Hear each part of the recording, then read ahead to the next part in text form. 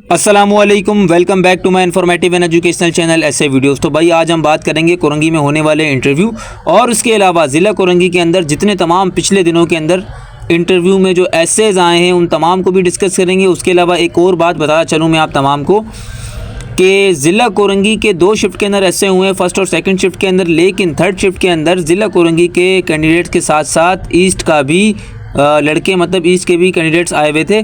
और कल से जो है ना ईस्ट के इंटरव्यू का बाकायदगी से आगाज़ होने जा रहा है। तो बिना टाइम ज़ाय किए हम वीडियो करते हैं स्टार्ट।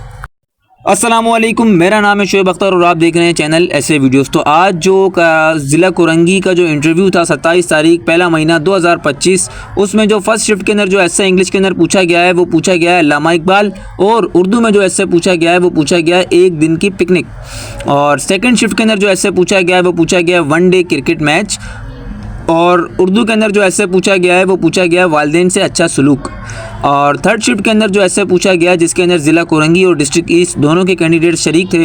इंग्लिश में जो ऐसे पूछा गया है वो पूछा गया है माई फेवरेट सिटी, और उर्दू में जो ऐसे पूछा गया है मेरी पसंदीदा शख्सियत। और पूछे जाने वाले सवालात में से चंद सवालात ये आपकी स्क्रीन पर आपको दिख रहे हैं। अच्छा, हर बंदे से जो है ना तमाम तकरीबन से ये सवाल नहीं पूछते, ये सिर्फ वो अपडेट है जो कि कुछ बंदे आके हमें बताते हैं तो हम आपके साथ शेयर करते हैं, ठीक है।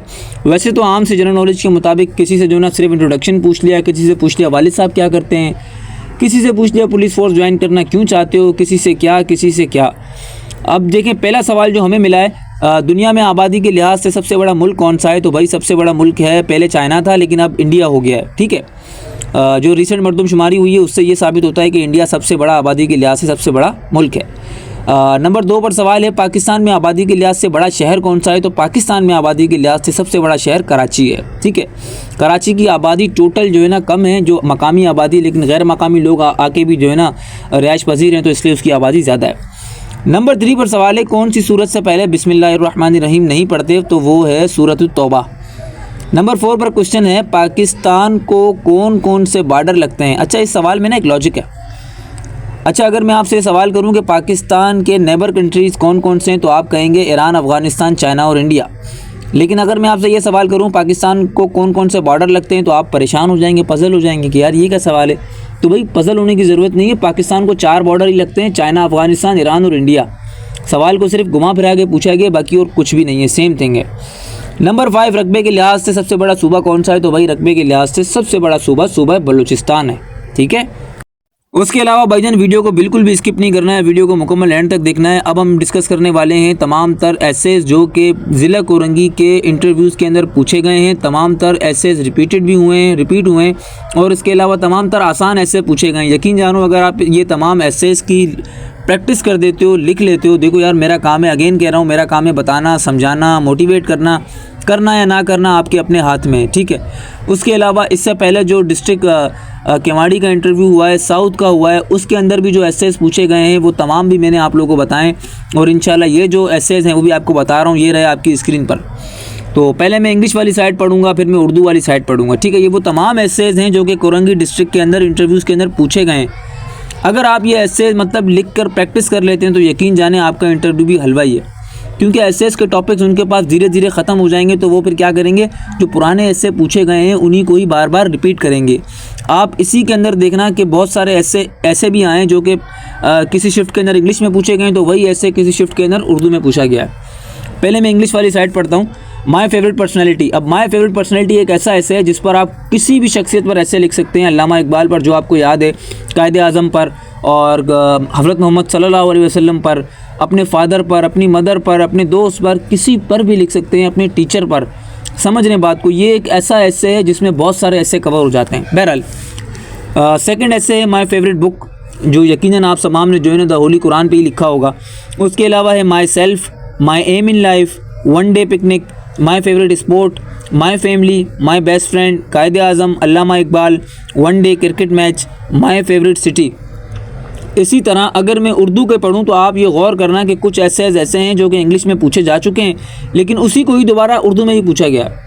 पहला ऐसे वक्त की पाबंदी, अल्लामा इकबाल, कायदे आज़म, मेरी ज़िंदगी का यादगार सफ़र, इल्म बड़ी दौलत है, आपका क्या शौक़ है, वतन से मोहब्बत, अच्छे शहरी की खुसूसियत, पुलिस क्यों ज्वाइन करना चाहते हो, एक दिन की पिकनिक, वालिदैन से अच्छा सलूक, मेरी पसंदीदा शख्सियत।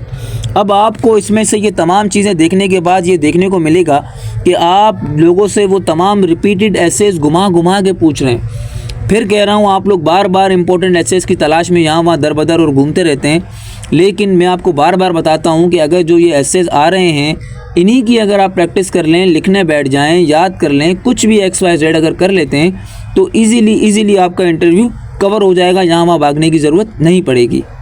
उसके अलावा जिस तरह मैं आपको तमाम को अपडेट करता रहता हूं कि हर डिस्ट्रिक्ट की इंटरव्यू कमेटी अलग होती है, इसी तरह डिस्ट्रिक्ट ईस्ट की भी इंटरव्यू कमेटी कल से एक अलग ही होगी और उनके कुछ अलग ही सवालात होंगे। हर कमेटी का अलग अलग रूल है, अलग अलग, ज़ाहिर है अफसरान है, हर बंदा चेंज हो जाता है तो ज़ाहिर है उसके सामने वाले उसका तौर तरीका डिफरेंट होता है। ठीक है, अब केमाड़ी डिस्ट्रिक्ट वालों का इंटरव्यू किस तरह हुआ है आप तमाम ने देखा, बहुत हार्ड इंटरव्यू था। एसेस जो है ना बिल्कुल आउट ऑफ द सिलेबस थे, आउट ऑफ द टॉपिक थे, काफ़ी हार्ड एसेस थे, ऐसे एसेस थे कि जो है ना जो कि कैंडिडेट्स जो पढ़े लिखे हैं, जो कि वेल एजुकेटेड हैं वो तो लिख लेंगे, लेकिन ये कि जो थोड़े से अनएजुकेटेड नहीं कह सकता मैं, अनस्किल्ड हैं, जिनको इतनी प्रैक्टिस नहीं है, जो कि ज़ाहिर है जो है ना मैट्रिक करने के बाद अपने जो है ना घर को सपोर्ट करने के लिए काम करने के पीछे लग गए, तो वो तो कहाँ से लिख पाएंगे, तो उन्होंने अधूरा आधा टूटा फूटा ऐसे लिखा। ठीक है, तो बात कहने की ये कि यहाँ पर कोरंगी का जो है ना इंटरव्यू ख़त्म होता है और कल से ईस्ट का शुरू होगा। आप देखते हैं ईस्ट वालों की जो कमेटी है वो किस तरह के सवालात करती है और किस तरह के सवालात पूछते हैं, क्या एसेज आते हैं। इंशाल्लाह मैं रोज़मर्रा की बुनियाद पर तो आपको वैसे भी अपडेट करता ही रहता हूँ। उसके अलावा यार आखिर में मैं सिर्फ इतनी बात कहूँगा कि आप तमाम जितने कैंडिडेट्स जिनका इंटरव्यू होता चला जा रहा है वो तमाम मुझसे एक ही सवाल पूछ रहे हैं कि सर मेरिट लिस्ट कितने पर क्लोज़ होगी, मेरिट लिस्ट पे नाम आएगा या नहीं आएगा। सर मैंने ऐसे में 6-7 लाइनें लिखी हैं, सर मैंने देखा मुझे मार्क्स इतने लिख के दिए हैं। तो भाई इन चीज़ों के चक्करों में नहीं पड़ो, मेहरबानी करो, ये चीज़ें आपके जो है ना अभी समझ से बालातर हैं। आप लोगों ने इंटरव्यू दे दिया, आप चिल करें। आपने एक पीरियड तक अपने दिमाग पर एक बोझ सवार किया हुआ था, अब रिलैक्स का टाइम है, रिलैक्स करें, चिल करें, मज़े करें, रिज़ल्ट तक इंतज़ार करें। हम जिस तरह लाजमी नहीं है, हम जिस तरह सोचेंगे वही होगा और हर दफ़ा ऐसा ही हुआ है फितरत है इंसान की कि इंसान जो सोचता है वैसा नहीं होता। ठीक है, तो कोशिश करें, रिलैक्स करें, जब टाइम आएगा इंशाल्लाह मैं आपको तमाम अपडेट दूंगा। ठीक है, उसके अलावा बहुत सारे सवाल इस तरह के भी आ रहे हैं, सर मेडिकल में क्या होगा, सर मेरी आई साइड वीक है। तो भाई आई साइड का कोई इशू नहीं होता है। आई साइड का अगर आपको इशू है तो आप ग्लासेस लगा के जाएं, उन्हें आपके ग्लासेस से कोई इशू नहीं होगा। ठीक है, दूसरी बात ये कि ये जब तमाम चीज़ों का टाइम आएगा इंशाल्लाह मैं आपको वक्त से पहले, वक्त के साथ भी और वक्त से पहले भी इंशाल्लाह अपडेट देता रहूँगा। रिज़ल्ट तक का इंतज़ार करें। मेरा फोकस अभी इस वक्त इंटरव्यू की तैयारी कराने पर है। ठीक है ना, जैसे ही इंटरव्यू ख़त्म होंगे इंशाल्लाह मैं आपको अपडेट देता रहूँगा। तो यार मिलते हैं नेक्स्ट वीडियो में भाइयों, तब तक के लिए अल्लाह हाफिज़।